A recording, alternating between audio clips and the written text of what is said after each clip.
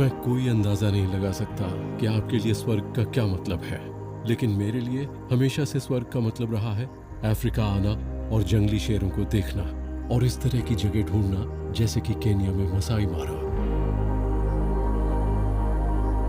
ये सोचकर ही कितना अच्छा लगता है कि यहाँ हजारों सालों से शेर रह रहे हैं।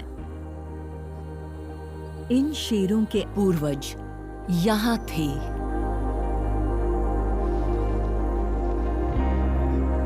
हमारे कल्चर में हम तेंदुओं को परछाई कहते हैं और तेंदुओं की यही चीज मुझे अच्छी लगती है क्योंकि उसमें एक राज नजर आता है।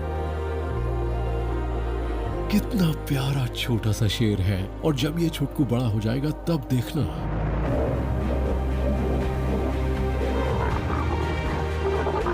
चीता की एक बात मुझे बहुत अच्छी लगती है कि वो शिकार करने में बड़े माहिर होते हैं। ज़ेब्रा वर्सेस चीता, देखते हैं क्या होता है। हम मसाई मारा के शेर, तेंदुए और चीतों को 40 साल से देखते आ रहे हैं, तो आइए हमारे साथ, क्योंकि आज हम उनकी जिंदगी की अंदरूनी कहानी से पर्दा उठाने जा रहे हैं।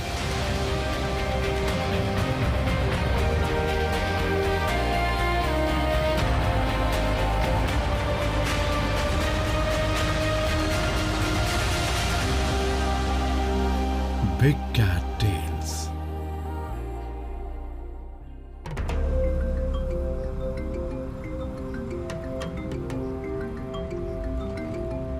पिछली बार से यहाँ बहुत सी चीजें बदल गई और मैं सिर्फ लैंडस्केप की बात नहीं कर रहा। मेरा मतलब वो चार्म नहीं रहा, झुंड में वो बूढ़ी शेरनियां नहीं रही, लेकिन कहानी लगातार आगे बढ़ती रहती है और हमेशा नई पीढ़ी जन्म लेती रहती है। दरअसल हमें पता है कि वहां शेर के कुछ नए बच्चे हैं और बस मैं उन्हीं को देखने के लिए बेचैन हूं।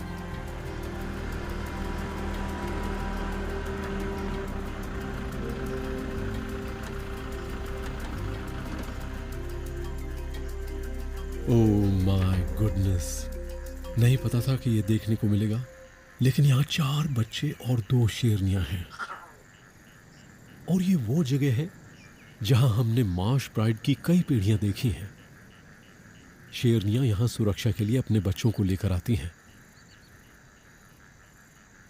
इससे कोई फर्क नहीं पड़ता कि आप इन्हें कितनी बार देखते हैं। माँओं और बच्चों की नजदीकियां देखकर मन को बहुत अच्छा लगता है। मतलब यकीन नहीं होता कि हम इन शेरों के इतने पास हैं और ये कितने आराम से बैठे हैं, बिल्कुल रिलैक्स्ड। इसकी एक और बहुत अजीब बात है कि अभी ज्यादा वक्त नहीं हुआ है जब हम इसी जगह पर चार्म और उसके 2 छोटे छोटे बच्चों के साथ थे, लेकिन इन कहानियों में यही तो मजा है, ये लगातार चलती रहती हैं। मार्श प्राइड टेरिटरी में शेर के बच्चों की अब एक और पीढ़ी पल रही है।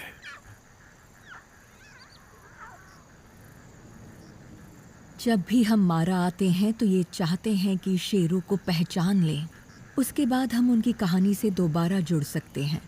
उनसे दूर रहकर उन्हें पहचानने का एक ही तरीका है कि आप उनकी मूंछों के निशान को देखें, क्योंकि वो निशान बच्चे के पैदा होने से लेकर शेर के मरने तक कभी नहीं बदलते। इस बार हम इन शेरनियों की फोटोज खींच रहे हैं और हमें पता चल गया है कि इनमें से एक कबीबी है जो बीबी की बेटी है और दूसरी है क्लाउडियाई जो चाम की बेटी है।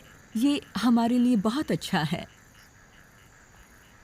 इस बार ये बात साबित हो गई कि उन मूंछों के निशान पर गौर करना हमारे लिए कितना ज़रूरी है, क्योंकि क्लाउडियाई की आंखें 2 साल पहले बहुत धुंधली सी थीं और इस बार जब हम वापस आए हैं तो वो एकदम क्लियर हो गई हैं।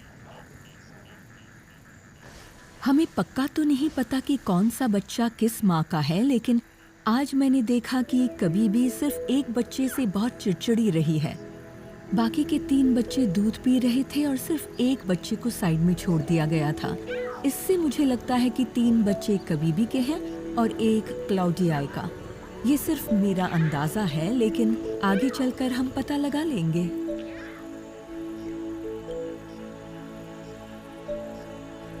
इन शेरनियों के लिए ये एक ऐसी जगह है जहां उन्हें सबसे ज्यादा आराम मिलता है। यहाँ ये इसी तरह आराम से पड़ी रहती हैं जैसे अभी पड़ी हैं, जैसे कि उन्हें दुनिया की कोई चिंता ही ना हो। लेकिन फिर भी ये सबसे खतरनाक जगहों में से एक है। यहाँ बफेलो हैं, एवलास हैं, जिनकी वजह से इन्हें सुरक्षा के लिए हमेशा तैनात रहना पड़ता है। लेकिन आप जब भी इस जगह पर आते हैं तो आपको ये लगता है कि बस यही इन सब का घर है।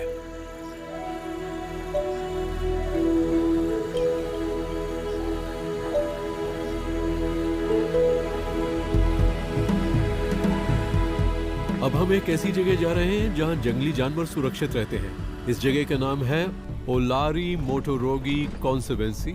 ये रिजर्व से सटी हुई है और ये जंगली जानवरों के लिए बहुत बढ़िया जगह है। यहाँ कम लोग आते हैं और हमें पता है कि इस इलाके में तेंदुए हैं और इस वक्त हम उन्हीं को देखने के लिए जा रहे हैं।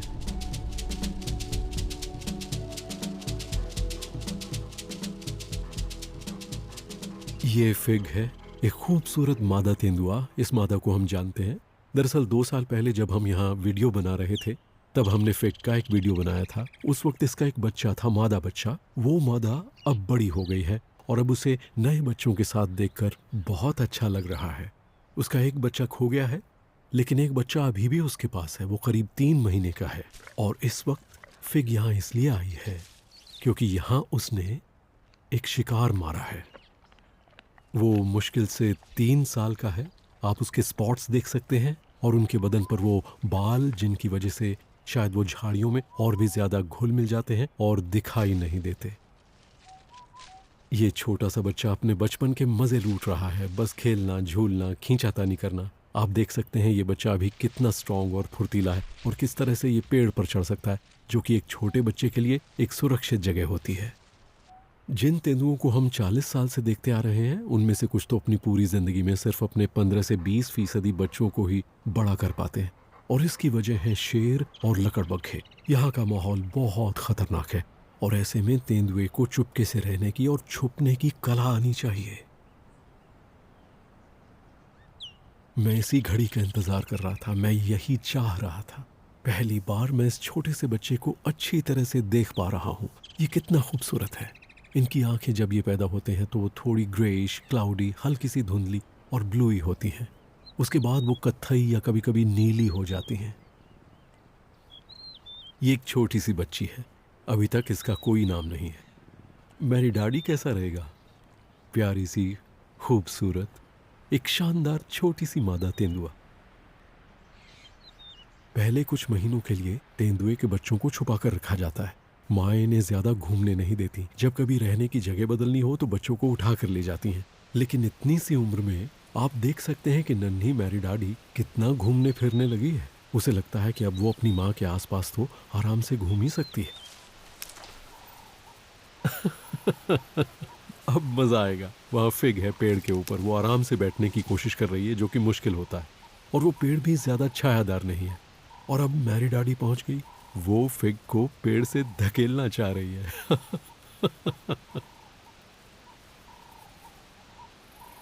माँ को समझ में नहीं आ रहा कि क्या करे। देखिए वो कैसे अपनी माँ की पूंछ के साथ खेल रही है। वाह क्या नजारा है।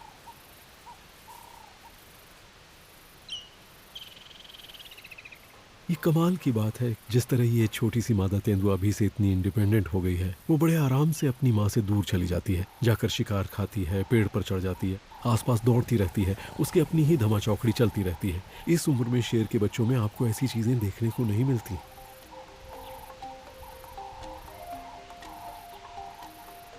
मैंने कई साल तेंदुओं के साथ गुजारे हैं, लेकिन आज का दिन सबसे अच्छे दिनों में से एक है।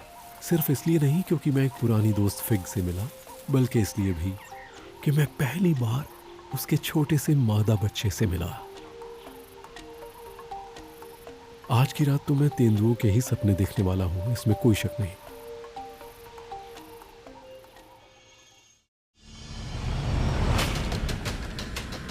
ओ, हमें अभी मैसेज मिला है कि बफेलो ने उस पेड़ को घेर लिया है जो मार्श के बीच में पड़ा है, जिस पर शेर के बच्चे हैं। और मार्शलैंड के इतिहास में बफेलो हमेशा से उनके लिए एक बहुत बड़ी परेशानी रहे, क्योंकि जब उन्हें शेरों या शेर के बच्चों की महक आती है तो वो उनके पीछे पड़ जाते हैं। तो लीजिए हम पहुंच गए। अरे ये क्या, बफेलो ने पूरी तरह पेड़ को घेर लिया है।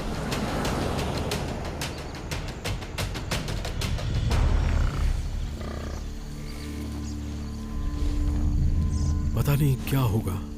2 माएं कबीबी और क्लाउडी आए पेड़ के ऊपर जमकर बैठी हैं जो बफेलो से घिरा हुआ है। बच्चों के लिए यही उम्मीद और प्रार्थना कर सकता हूँ कि वो एक साथ कहीं छुप कर बैठे हों और इधर उधर निकलने की कोशिश न करें, वरना वो बफेलो के पैरों तले कुचले जाएंगे। और बफेलो को अगर शेरों की महक आए या वो शेरों को देख ले तो उन्हें बहुत गुस्सा आता है। और गुस्सा क्यों ना आए, शेर बफेलो को निशाना बनाते हैं तो जाहिर है उन्हें गुस्सा आएगा और वो पलटकर लड़ना चाहेंगे।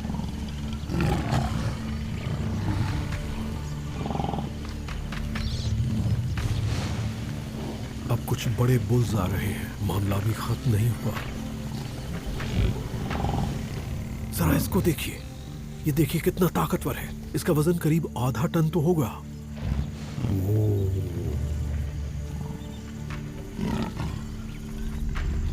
लेकिन इन शेरनियों ने ऐसा पहले भी सैकड़ों बार होते देखा है। वो बफेलो के साथ ही पलकर बड़ी हुई हैं और वो छोटे बच्चे मुझे लगता है उस सूखे पेड़ के नीचे घुसकर बैठे होंगे। वो सब सीख रहे होंगे महक, आवाजें, इन बड़े बड़े जानवरों से सामना होने का ये पूरा खेल, और वो समझ जाएंगे कि ये शायद उनकी जिंदगी की सबसे खतरनाक चीजें हैं।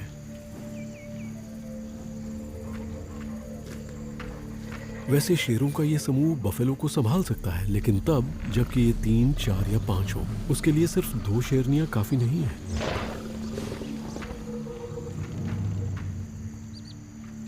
ओह शुक्र है, उनकी दिलचस्पी खत्म हो रही है।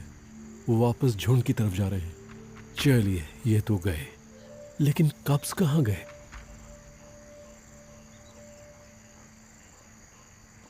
ओके, वो नीचे उतर रही है। मैं उस तरफ जाकर देखता हूँ।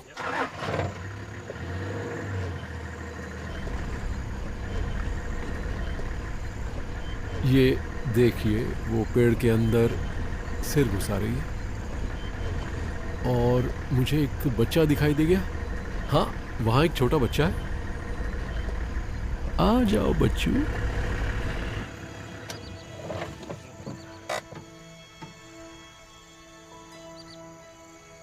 ओह, वो बच्चे को कैसे प्यार कर रही है। एक बच्चा तो दिखा है, लेकिन बाकी कहाँ है? बस यही प्रार्थना है कि वो सेफ हो।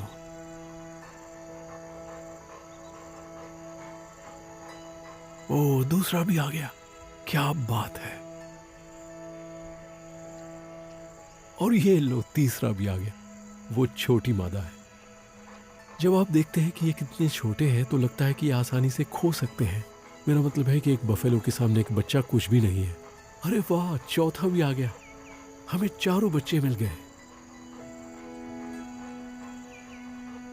ओह, ये कितने अच्छे लग रहे हैं, कमाल है। और अब मामला थोड़ा ठंडा हो गया है, इसलिए शेरनियां थोड़ा शांति से बैठ सकती हैं। वो हाँफ रहे हैं, थके हुए हैं। वो उस पेड़ के ऊपर तेज धूप में बैठी हुई थी, लेकिन देखा जाए तो उन्होंने अपने बच्चों से प्रेशर हटा दिया, क्योंकि बफेलोज का ध्यान उनकी तरफ था। और बच्चे दोबारा अपनी माओं से मिलकर बहुत खुश हैं।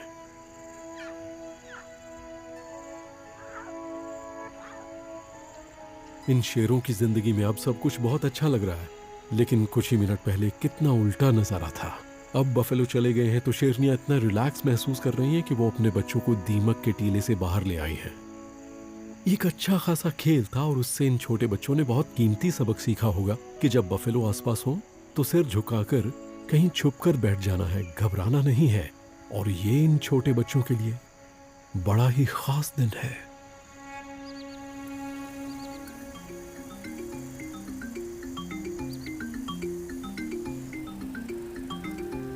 मैं यहीं मासाई मारा में पैदा हुआ हूँ और अपनी सारी जिंदगी मैं यहीं पर रहा हूँ। एक मासाई होना और इन जंगली जानवरों के साथ पलकर बड़ा होना मुझे बहुत अच्छा लगता है।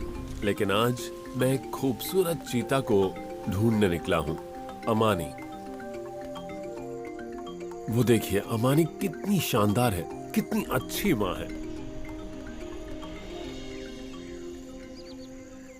उन्हें देखकर मैं कह सकता हूँ कि वो करीब 9 महीने के हैं।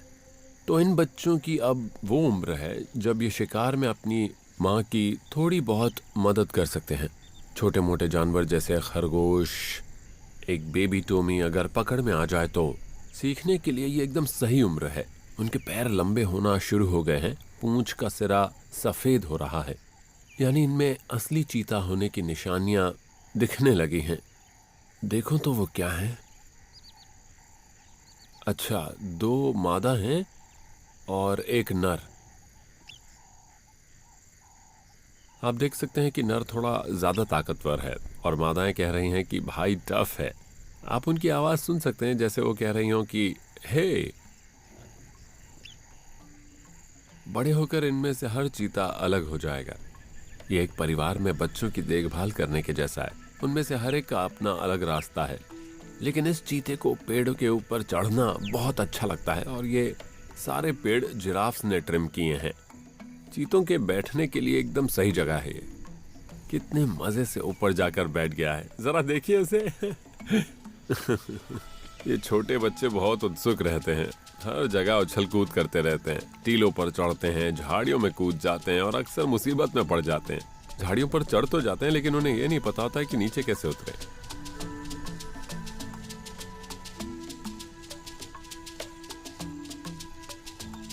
इन छोटे छोटे बच्चों को आगे बहुत लंबा सफर तय करना है। ये बहुत ही एक्साइटिंग चीज है। जब ये पूरी तरह से बड़े हो जाएंगे तो पता नहीं क्या होगा।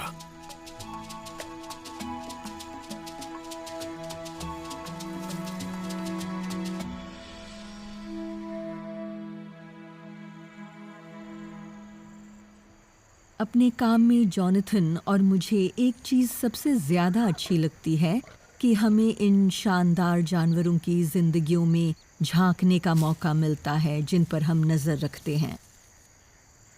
इसकी बात ही कुछ और है जब मुझे ये एहसास होता है कि मैं क्लाउडी आई को तब से देखती आ रही हूँ जब वो इन बच्चों की उम्र की थी और मैंने उसकी माँ चाम को ग्रैंडमदर बनते हुए देखा है। और आप देखते हैं कि लक्षण कैसे अगली पीढ़ियों में जाते हैं, जैसे कि क्लाउडी आई सबसे बढ़िया माँ है, बिल्कुल वैसी ही जैसी चाम थी। मैं जितनी शेरनियों को जानती हूँ उनमें से वो सबसे सलीकेदार शेरनी है।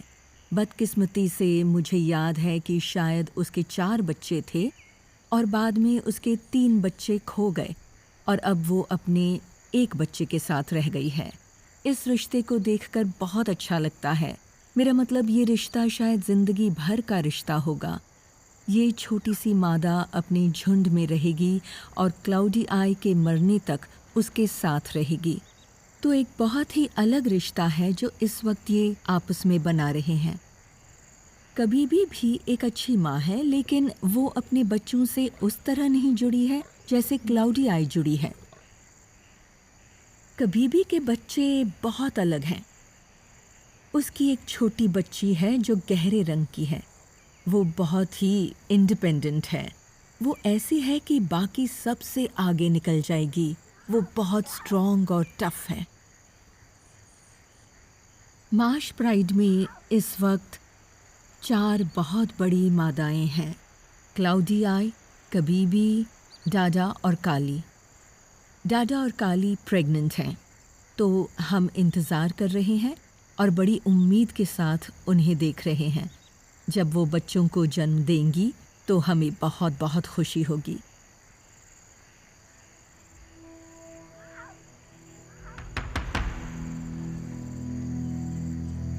मैं अमानी और उसके बच्चों के पास वापस आ गया हूँ और इस वक्त उन्हें एक मुसीबत दिखाई दे रही है, लकड़बग्घे। अब चीतों को शांत रहना होगा क्योंकि आप देख सकते हैं कि छोटे चीते घबराए हुए हैं। लकड़बग्घे ये देखने आए हैं कि इन चीतों के पास खाना है या नहीं। उन्होंने इन शिकारी चीतों को देखा तो उन्हें लगा कि शायद यहाँ खाना मिल जाए। वो इसी के पीछे है, इसलिए वो चीतों को पीछे हटाने की कोशिश कर रहे हैं। लेकिन माँ और बच्चे अभी तक डटे हुए हैं। भागना नहीं है, ये एक बड़ी बात है। देखिए वो किस तरह से अपनी नाक का इस्तेमाल कर रहे हैं। वो सूंघ कर ये पता करने की कोशिश कर रहे हैं कि वहां कोई खाना है या नहीं। वहां खाना नहीं है, इसलिए माँ और बच्चों को कोई खतरा नहीं। लेकिन बच्चे कोई चांस नहीं ले रहे। वो अपने दांत दिखाकर हुर्रा रहे और कह रहे कि हम तुम्हें देख लेंगे, हमारे पास खाना नहीं है, जाओ हमें अकेला छोड़ दो, परेशान मत करो।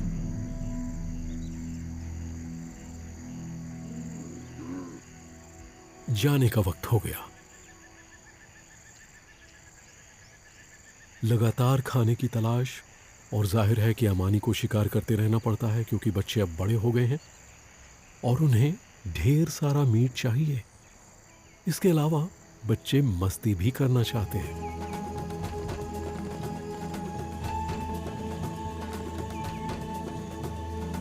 आप वो सारी चीजें देख सकते हैं जो चीते को चीता बनाती हैं।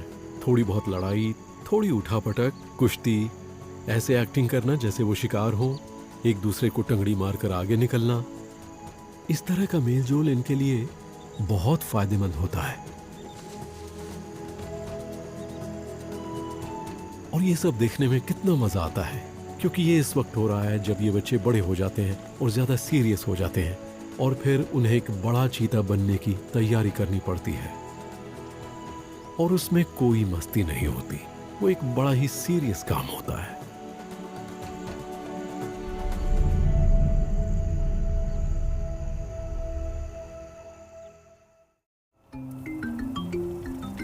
अभी जैक्सन का फोन आया था कि इस इलाके में बफेलो का एक बहुत बड़ा झुंड घूम रहा है, तो आइए चलकर देखते हैं। सब यही सोचते हैं कि मसाई मारा बाहर से आने जाने वाले जानवरों का अड्डा है, विल्डेबीस्ट और ज़ेब्रा। वो इस वक्त यहाँ से दूर साउथ की तरफ है, लेकिन यहाँ देखिए, ये यहीं के रहने वाले जानवर हैं। ये बफेलो हैं, ये भारी भरकम होते हैं और ये कितने शानदार लग रहे हैं। मेरा ख्याल है यहाँ करीब 500 बफेलो होंगे। वो बच्चे पैदा कर रहे हैं, उनके साथ बहुत सारे बच्चे हैं, यानी शेरों के लिए बहुत सारा खाना। और कई सालों के दौरान यहाँ अक्सर भयंकर सूखा पड़ जाता है और बफेलो कीड़ों मकोड़ों की तरह मरते हैं। वो बहुत ज्यादा पानी के भरोसे रहते हैं। एक वक्त इनकी तादाद 12,000 हुआ करती थी जो 90s में, और 2000 के दशक के दौरान सिर्फ 3000 ही रह गए। लेकिन अब जरा ये देखिए, मेरा मतलब है कि ये सारे हालात को झेल गए। शेर चीतों के लिए मारा इतनी बढ़िया जगह इसलिए है क्योंकि यहाँ बहुत सारा खाना मिलता है, और इससे बेहतर क्या हो सकता है। देखिए इनको, ये कितने हेल्दी लग रहे हैं। और जरा इनके बच्चों को देखिए। अफ्रीका में बफलो सबसे गुस्से वाले जानवरों में से एक कहे जाते हैं, और सच तो यह है कि ये उन जानवरों में से हैं जिनसे मुझे सबसे ज्यादा डर लगता है। शेरों से नहीं लगता, हाथियों से नहीं लगता, लेकिन बफलो से लगता है।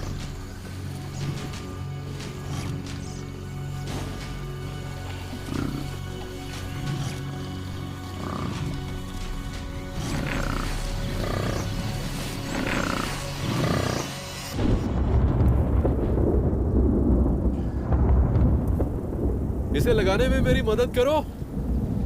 हाँ, खींचो आराम से, बस ये अब लग जाएगा, ज्यादा टाइम नहीं लगेगा। अभी तूफान आ रहा है और हम कैंप से काफी दूर हैं, लेकिन हम यहीं रुकने वाले हैं। अमानी को अपने बच्चों के साथ बैठने के लिए एक शेल्टर मिल गया है। मुझे लगता है कि अगर तूफान थम जाता है तो अमानी के शिकार करने के लिए ये बिल्कुल सही वक्त होगा, और वो भूखी भी है। बच्चे अपने पैर मोड़ कर बैठे हैं। वो बारिश से बचने के लिए अमानी के बदन को ढाल की तरह इस्तेमाल कर रहे हैं। माँ चौकन्नी है, वो शिकार देख रही है और ये भी कि कोई खतरा तो नहीं है। चाट कर बच्चों के बदन से नमी हटा रही है। आप देख सकते हैं कि जब ऐसा मौसम होता है तो हमारे चीते कितनी अच्छी तरह से माहौल में घुल मिल जाते हैं। जब रोशनी कम हो जाती है तो वो बड़ी मुश्किल से दिखाई देते हैं।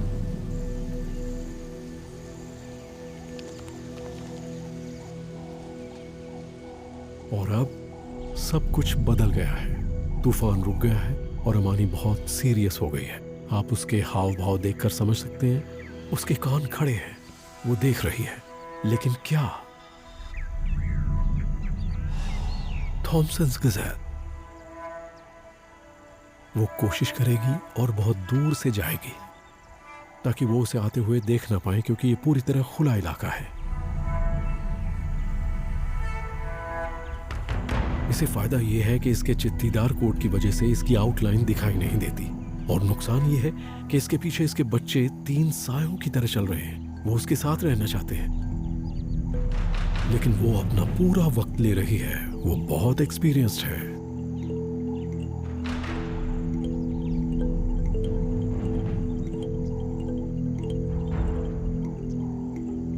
आपने देखा अमानी क्या कर रही है? वो उस एरिया को पार करके आगे जा रही है और ये चेक कर रही है कि कहीं कोई छोटा बच्चा मिल जाए जो अपनी ठुड्डी जमीन पर रखकर लेटा हुआ छुपने की कोशिश कर रहा हो। और देखिए, उसे एक बच्चा मिल गया।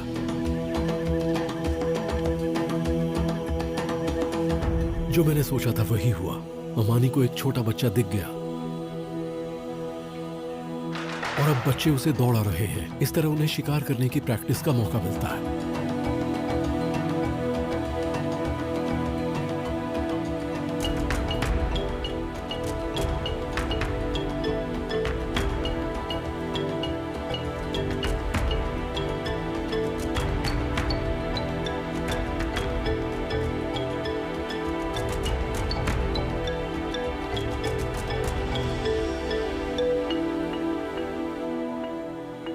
देखा आपने, कितनी होशियार माँ है। इस तरह से बच्चे शिकार करना सीखते हैं, क्योंकि झुकना, घात लगाना, झपटना, ये सारी चीजें उनमें जन्मजात होती हैं, लेकिन उन्हें इसकी प्रैक्टिस की जरूरत होती है।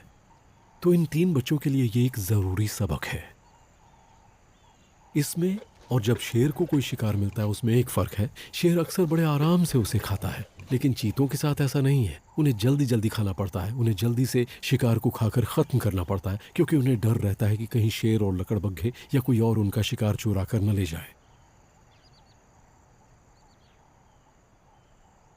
ये मादा गजेल है, ये माँ है। मैं देखता आ रहा हूं कि यही एक है जो आवाजें लगाई जा रही है, लगाई जा रही है।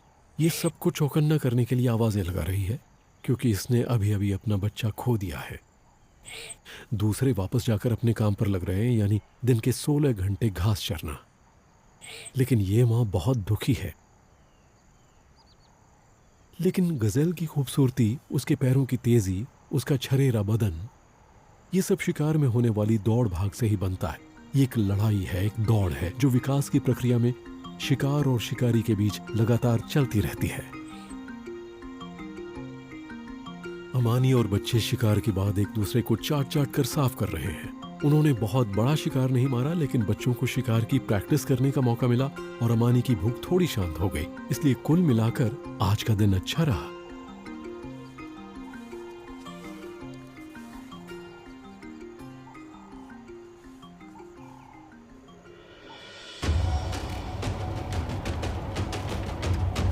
साइमन का मैसेज आया है, जो गवर्नर्स कैंप के हमारे स्पॉटर हैं। उन्होंने हमारे 6 बब्बर शेरों में से 5 को ढूंढ लिया है। वो मार्श प्राइड के नर हैं, लेकिन फिलहाल वो एकदम खुले और आजाद घूम रहे हैं और वो दूसरी मादाओं की तलाश में हैं।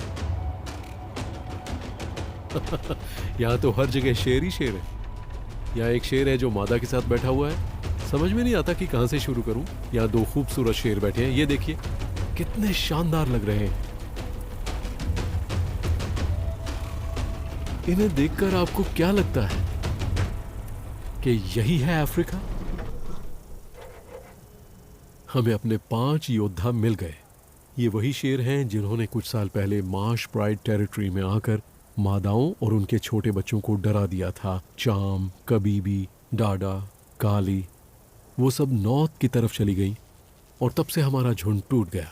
इसलिए कबीबी और क्लाउडी आए अपने बच्चों के साथ हैं, एक छोटे से ग्रुप में। सही मायनों में बहुत सारी शेरनियों को एक साथ रहना चाहिए। अब ये देखिए, वो उस तरफ सूंघ रहा है जहां एक मादा बैठी है।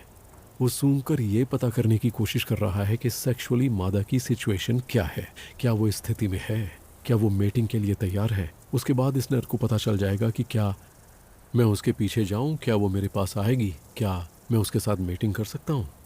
और ये शेर अब कितने अलग दिख रहे हैं, क्योंकि जब 2 साल पहले मैं इनसे मिला था तब ये 3 या 4 साल के थे। इनकी गर्दन के बाल मैले थे और थोड़े हल्के रंग के थे। और अब देखिए, खूबसूरत बब्बर शेर जिसके बड़े बड़े गहरे रंग के बाल हैं। और ये एक बहुत बड़ी पहचान है, गर्दन के लंबे और घने बाल। इससे पता चलता है कि ये शेर बहुत दमदार है। और इस वक्त तो हमारे पास 5-5 शेर हैं।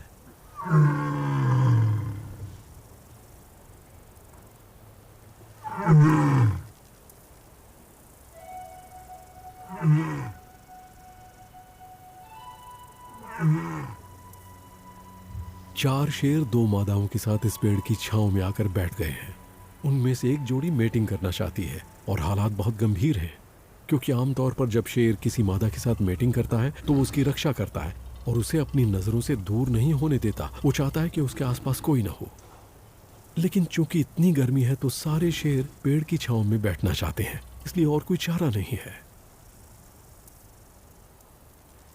इस वक्त उस शेर को ये बर्दाश्त नहीं हो रहा होगा कि वो अपनी मादा के साथ संबंध बनाने जा रहा है और उसके 3 साथी उसी पेड़ के नीचे बैठे हैं। वो इतने करीब हैं कि उसे उलझन हो रही होगी।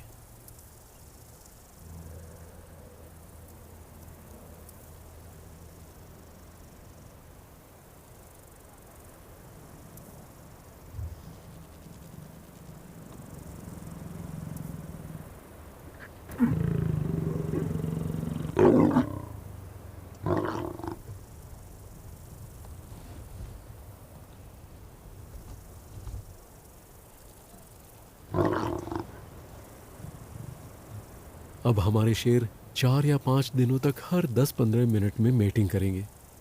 और वो बार बार ऐसा इसलिए करते हैं क्योंकि मादा को बच्चे पैदा करने होते हैं और उसके लिए मादा की प्रजनन प्रक्रिया को बढ़ाने की ज़रूरत पड़ती है, जिससे वो अंडे छोड़ सके और फिर 100 दिन बाद वो कहीं और जाकर बच्चों को जन्म देगी, शायद 4 बच्चों को।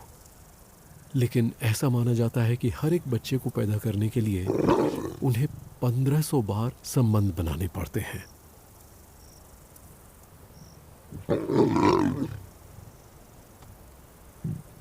चलिए, हमने ये पहेली तो सुलझा ली। हमारे मार्श प्राइड के शेर कहाँ हैं? वो हमारी शेरनियों और उनके बच्चों के साथ क्यों नहीं है?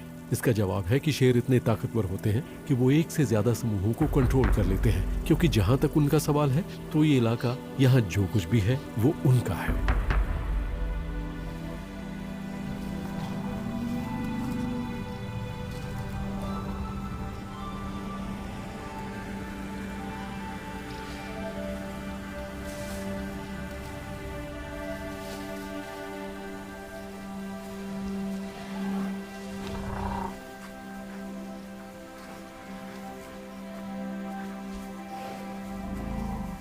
जब शेर सो रहे हों तो जाने के लिए सबसे अच्छी जगह वो है जहां आपको हाथियों का झुंड मिल जाए और बस आप बैठकर उन्हें देखते रहें और आपको लगेगा कि आपका सारा टेंशन गायब हो गया। मुझे हाथियों के बारे में ज़्यादा नहीं पता, लेकिन बस उन्हें देखकर मन को बड़ी शांति मिलती है। मुझे लगता है ये सबसे एक्स्ट्राऑर्डिनरी जानवरों में से हैं।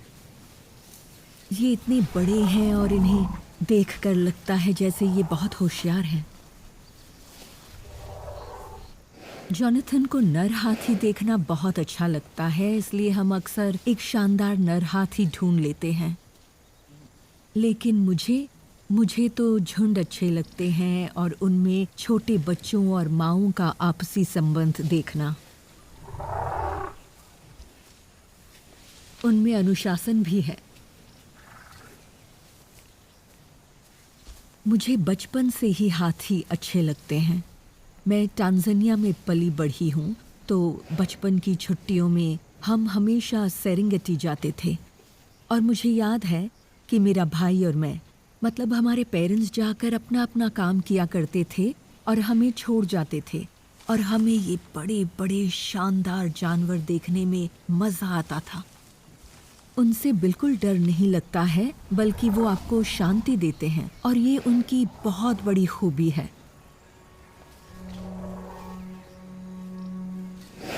मैं हाथियों को देखते कभी थकती नहीं हूँ। वो सीधे मेरी गाड़ी की तरफ आ रहे हैं और चारों तरफ घूम रहे हैं क्योंकि वो घास खा रहे हैं। ऐसा लगता है जैसे सुकून की एक लहर आई, आपके चारों तरफ घूमी और फिर चली गई।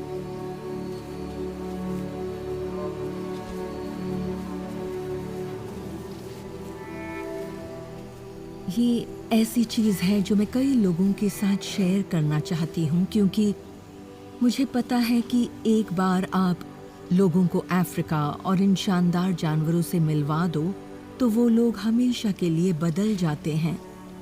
और ये बात मुझे समझ में नहीं आती कि कोई भी इतने प्यारे जानवरों को मारने के बारे में कैसे सोच सकता है।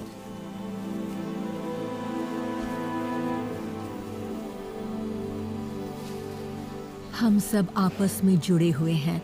आप गौर करें तो आपको लगेगा कि ये बहुत ज़रूरी है कि हम उन सारे जानवरों और जीव जंतुओं के बारे में सोचें जो हमारे साथ इस दुनिया में रह रहे हैं।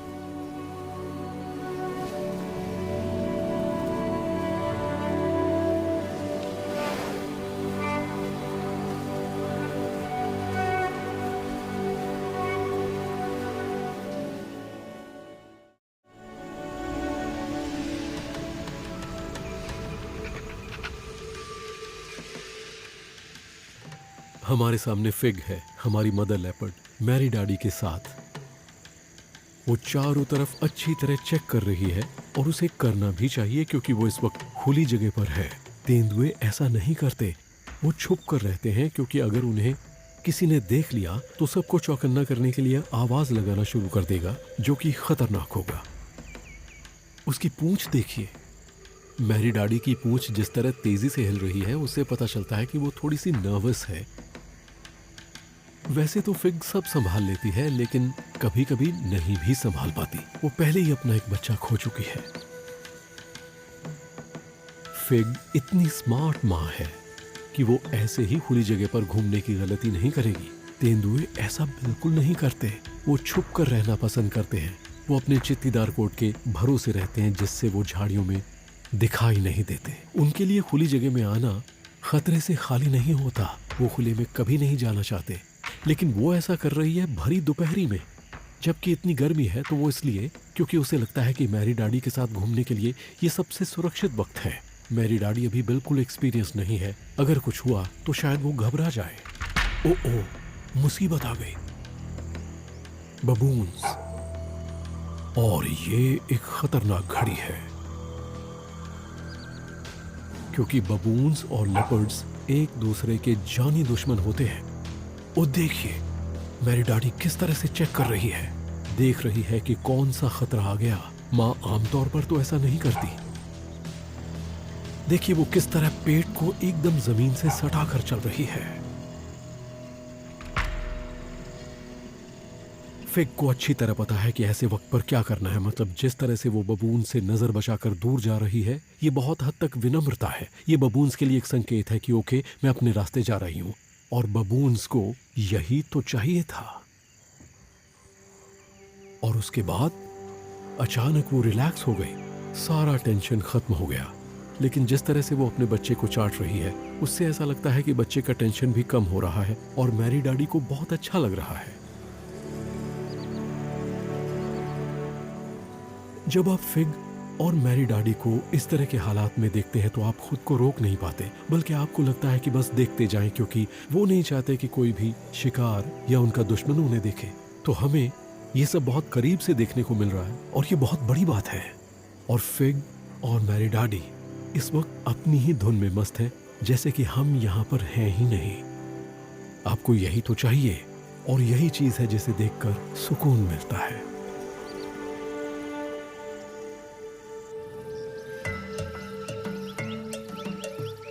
रॉबर्ट सपोल्स्की ने इन जानवरों के ऊपर एक बढ़िया किताब लिखी है, बबून्स के ऊपर। वो इन्हें ऑलमोस्ट ह्यूमन कहते हैं। और जब मैं इन्हें देख रहा हूँ तो साफ नजर आ रहा है कि इनके कई लक्षण बिल्कुल हम इंसानों जैसे हैं। ये बड़े ही आकर्षक हैं। बबून्स को आप गौर से देखें तो एक चीज बड़े कमाल की है और वो ये है, इस उंगली और अंगूठे का आमने सामने होना। वो छांट कर चीजें उठाते हैं। वो बहुत सारी ताज़ा कोंपले खाते हैं। वो ढेर सारे पेड़ पत्ते खाते हैं और साथ ही कीड़े मकोड़े, रेंगने वाले जीव, पक्षियों के अंडे भी खाते हैं। यानी वो शाकाहारी और मांसाहारी दोनों तरह का खाना खाते हैं।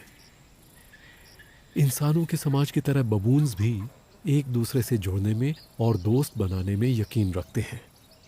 वो एक दूसरे के बालों को संवारते हैं। अगर आप एक बबून हैं तो उसी तरह से आप अपनी जिंदगी को कामयाब बना सकते हैं। शरीर के कई हिस्सों तक आपके हाथ नहीं पहुंच पाते। टिक्स, पैरासाइट्स, थोड़ी बहुत ड्राई स्किन हो जाती है। ये देखिए, एक माँ बबून अपने बच्चे की स्किन को साफ कर रही है। जब आप किसी बबून का चेहरा देखें तो उनकी आंखें थोड़ी छोटी होती हैं, लेकिन ये मत समझिए कि वो ठीक से देख नहीं पाते। वो जरा सी हलचल को रंगों समेत पकड़ लेते हैं। वो पेड़ के ऊपर छुपे हुए तेंदुए को देख लेते हैं और जब वो देखते हैं तो उनका जीना दुश्वार कर देते हैं। एक बड़ा नर बबून किसी भी तेंदुए को बुरी तरह से डरा सकता है। वो तेंदुए को मार सकता है और मैरी डैडी जैसे तेंदुए के बच्चे को तो यकीनन ही मार सकता है।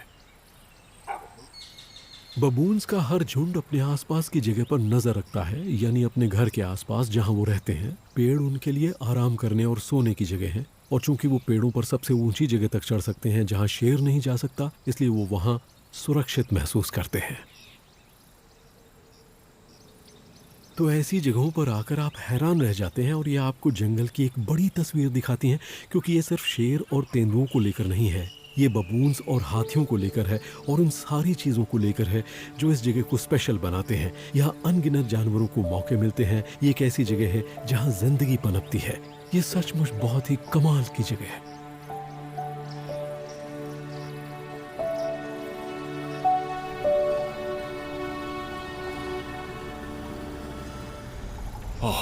मैं इस शानदार परिवार को देखने के लिए वापस आ गया हूँ।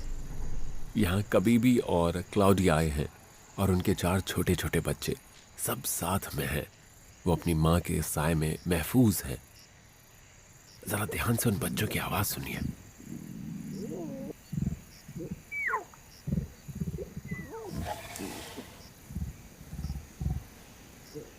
वो सब मिन्नतें कर रहे हैं, वो सब खाना मांग रहे हैं, वो भूखे हैं, उन्हें दूध चाहिए।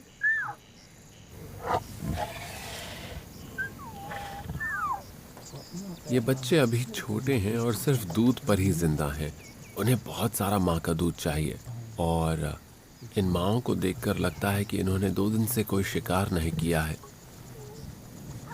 वो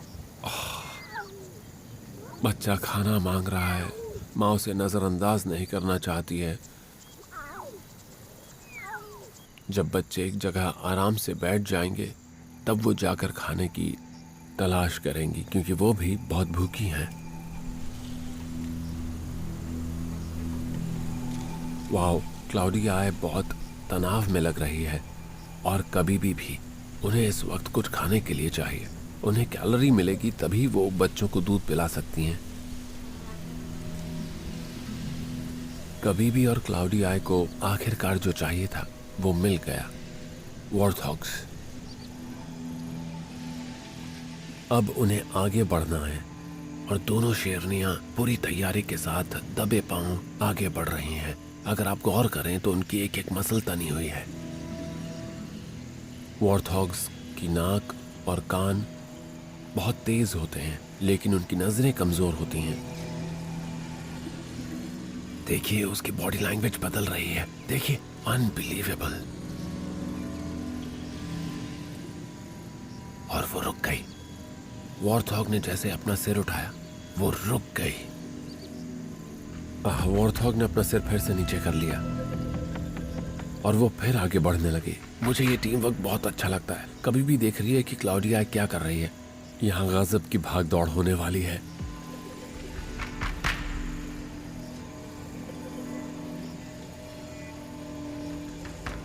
वो दोनों जिस तरह से घात लगा रही हैं, वो देखने लायक है।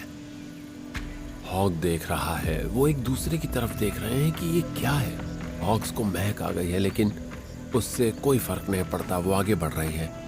वॉर्थॉग्स घिर गए हैं और वो भाग निकले। कबीबी को देखिए, वो कितनी तेजी से भाग रही है।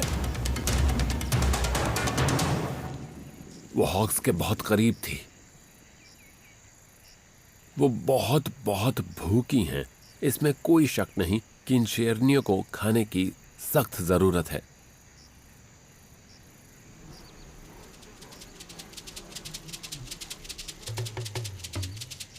क्लाउडिया और कबीबी वो उस तरफ जा रही हैं घास में, और वहां मुझे दिखाई दे रहे हैं कुछ वॉर्थॉग्स जिन्हें कोई अंदाजा नहीं। आज तो कुछ होकर ही रहेगा। इस वक्त आप कबीबी और क्लाउडिया से नजर नहीं हटा सकते। मुझे उनके साथ वक्त गुजारना अच्छा लग रहा है।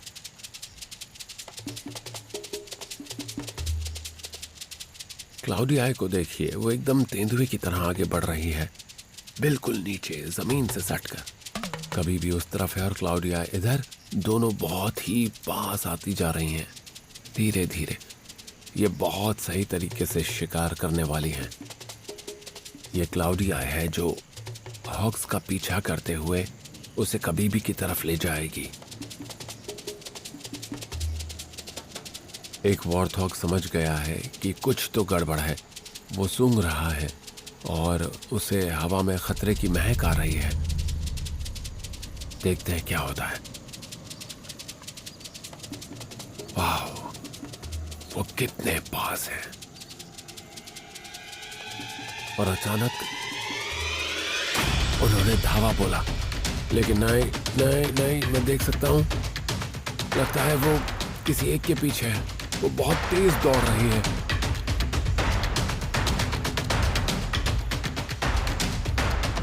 वो थकती जा रही है। दोनों बहुत थक गए हैं।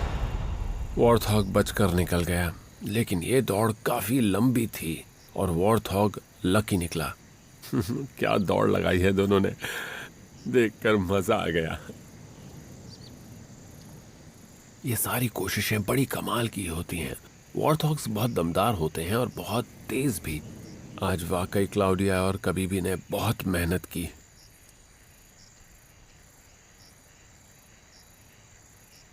दस बजे से लेकर अभी तक इन शेरनियों ने आराम नहीं किया है। इन्होंने बहुत मेहनत की है और अब इन शेरनियों को एक बार फिर से खाली पेट वापस जाना पड़ेगा। वाकई एक शेर की जिंदगी बहुत मुश्किल होती है। मैं चाहता हूं कि इनमें इतना दूध तो हो जिसे पीकर इनके बच्चे आज की रात गुजार पाएं।